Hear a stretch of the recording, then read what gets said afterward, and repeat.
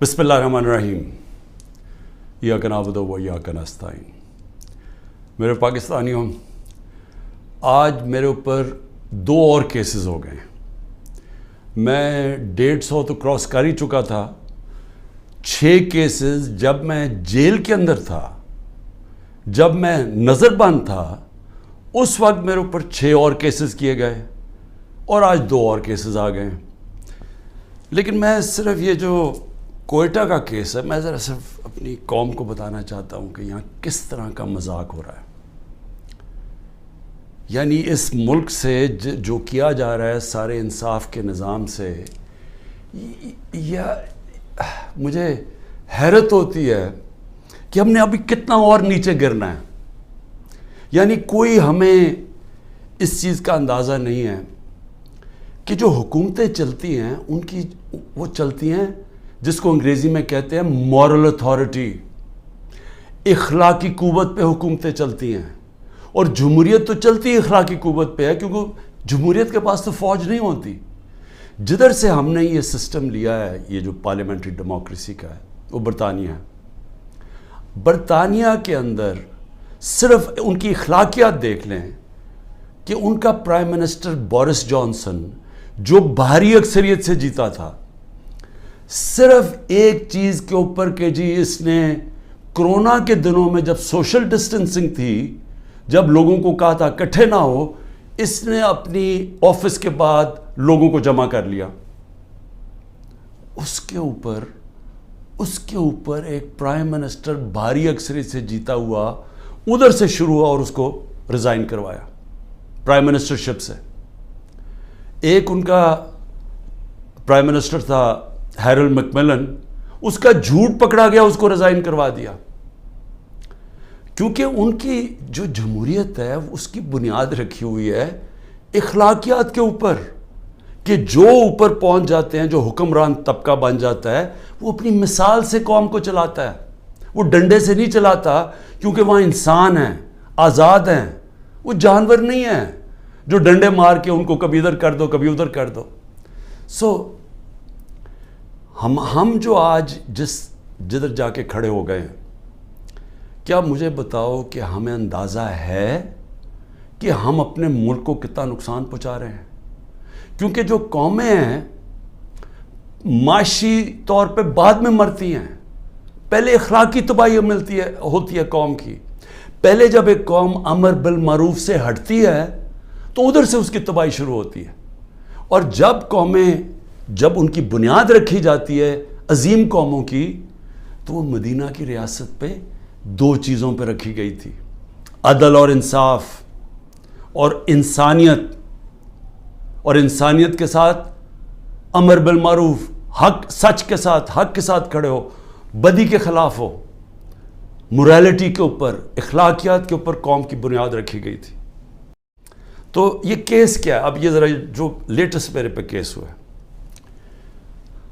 مجھے تو یہ پتہ ہی نہیں تھا، کیونکہ میرے پاس اتنے کیسز ہوئے ہیں، مجھے تو اندازہ ہی نہیں کہ کون سا کیس کون سا ہے۔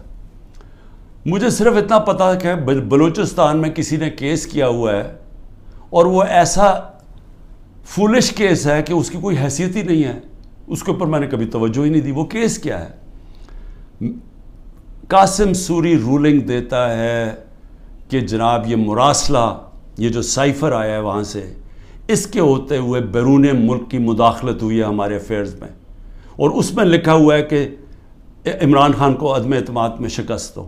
یہ مراسلے میں لکھا ہوا ہے، جو کہ وہ ڈونلڈ لو اور ہمارے ایمبیسڈر کے بیچ میں بات چیت ہوئی، جو کنفرم کیا گیا پاکستان کی سیکیورٹی کونسل نے۔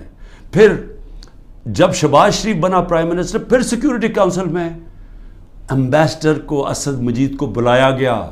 اس نے بیٹھ کے کہا کہ ہاں یہ مجھے ڈونلڈ لو نے کہا تھا کہ عمران خان کو ہٹاؤ پرائم منسٹرشپ سے، اور یہ عدم اعتماد میں اس کو فیل کرو۔ اور ابھی عدم اعتماد درج نہیں کی گئی تھی اسمبلی کے اندر، تو قاسم سوری نے اس کو سامنے رکھتے ہوئے کہا کہ اس کے مراسلے کے ہوتے ہوئے میں یہ نہیں اس وقت آگے اسمبلی کو بڑھنے دیتا۔ اس کے اوپر میں نے اسمبلی ڈیزالو کر دی اور میں نے الیکشنز کال کر دیے۔ اب یہ آدمی کہہ رہا تھا کہ وہ جو الیکشنز میں نے کال کیے ہیں اس کے اوپر آرٹیکل 6 لگنا چاہیے، تو سپریم کورٹ نے تو پہلے ہی رولنگ دے دی تھی. انہوں نے تو اس کا صرف قاسم سوری کا جو رولنگ تھی اس کو انہوں نے ان لافل ڈکلیئر کر دیا. لیکن میں نے تو اس رولنگ کے اوپر فیصلہ کیا تھا کہ اسمبلی ڈیزالو ہونی چاہیے اور الیکشن اناؤنس کر دیتا ہوں. تو میرے اوپر تو کچھ تھا ہی نہیں, تو کیس میں تو کوئی حیثیت ہی نہیں تھی. اس آدمی کا وکیل کا قتل ہوتا ہے, فیملی ساری کہتی ہے کہ خاندانی دشمنی تھی, اس پہ قتل ہوا ہے. وہاں پہنچ جاتے ہیں, یعنی وہ پتہ چلتا ہے کوئی 9:30 بجے اس کا قتل ہوتا ہے. 4 گھنٹے کے اندر لا منسٹر پریس کانفرنس کر دیتا ہے کہ عمران خان اس میں ملوث تھا. 4 گھنٹے. کبھی سوچیں کہ کوئی قتل ہوا ہے, کوئی انویسٹیگیشن ہوتی ہے, کوئی پتہ چلتا ہے, وہ 4 گھنٹے میں کہتا ہے عمران خان اس کے اندر ملوث ہے. اور اس کے بعد کیا ہوتا ہے؟ اس کے بعد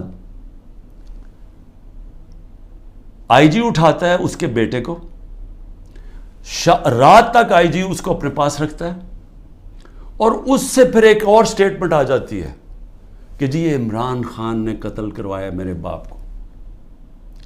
اب پہلے میں یہ سمجھنا چاہتا ہوں کہ عمران خان نے کتنے اپنے زندگی میں قتل کروائے ہیں. 150 سے اوپر تو میرے اوپر کیسز ہیں. تو کیا میں ادھر بھی کسی کو قتل کروانے کے چکر میں ہوں؟ اور وہ کیس جس نے آگے بڑھنا ہی نہیں تھا, جو میرے وکیلوں نے بھی کہا کہ جس نے کس طرح آرٹیکل 6 میرے اوپر لگا سکتے تھے, جبکہ سپریم کورٹ نے رولنگ دے دی تھی اس پہ, تو میرے اوپر تو وہ ہو ہی نہیں. اور پھر آرٹیکل 6 کا جو ہوتا ہے یہ گورنمنٹ کرتی ہے, یہ کبھی انڈیویجول نہیں کرتا. تو یہ وہ ایک ان میں سے کیسز تھے جنہوں میں ان میں مجھے پھنسایا ہوا تھا. اب یہ سوچے کہ اس کے اوپر میرے اوپر انہوں نے 302 کا مقدمہ کر دیا اور میرے اوپر قتل کا کیس کر دیا. واضح ہے, مجھے نظر آ رہا ہے کہ کیا کرنا ہے. اتنے زیادہ کیسز ہیں, میں اب اسلام آباد جانا ہے کل, کوئی 16 کیسز کے اوپر میں نے بیل لینی ہے. 16 کیسز کے اوپر. کبھی کسی اور پولیٹیکل لیڈر کے اوپر کبھی ایسا ہوا ہے؟ مجھے بتائیں. ان لوگوں نے جنہوں نے 30 سال سے ملک لوٹ رہے تھے کہ میں تو جیل کے لیے تیار ہوں اور ہر چیز کے لیے تیار ہوں, لیکن میں کبھی اس ظلم اور اس طاقت کے حکمرانی کے سامنے کبھی نہیں جھکوں گا. اور میں آج آپ سب کو کہتا ہوں, آپ نے کبھی نہیں جھکنا. کیونکہ ایک میری بات یاد رکھ لینا, جس دن آپ نے اس ظلم کو قبول کر لیا اور یہ ناانصافی کے نظام کو, ملک نہیں رہے گا. کوئی قوم نہیں سروائیو کرتی اس طرح. جس قوم کے اندر اس طرح کا ظلم ہوتا ہے وہ نہیں سروائیو کرتی. ہمارا ملک معیشت تو آگے گر گئی ہے نیچے, اور لوگ چھوڑ کے جا رہے ہیں پاکستان کو, ڈالرز باہر بھیج رہے ہیں, پروفیشنلز باہر جا رہے ہیں, کیونکہ امید ہی چلی گئی ہے. جس ملک کے اندر یہ حالات ہوں کہ جس کو مرضی پکڑا اندر کر دو, جس کو مرضی پکڑا, آپ عدالت بھی آپ کو چھوڑا, آپ کو اتنے وہ ظالم ہیں کہ ان کو عدالتوں کی بھی فکر نہیں ہے. تو میڈیا کا ویسے منہ بند کر دیا ہے. میڈیا جو اتنی مشکلوں سے اپنے آپ کو آزاد کیا تھا, میڈیا نے اسٹرگل کر کے پچھلے 20 سالوں میں, آج میڈیا کا حال دیکھیں, کوئی بات ہی نہیں کر رہا کہ یہ ہو کیا رہا ہے اس ملک کے ساتھ.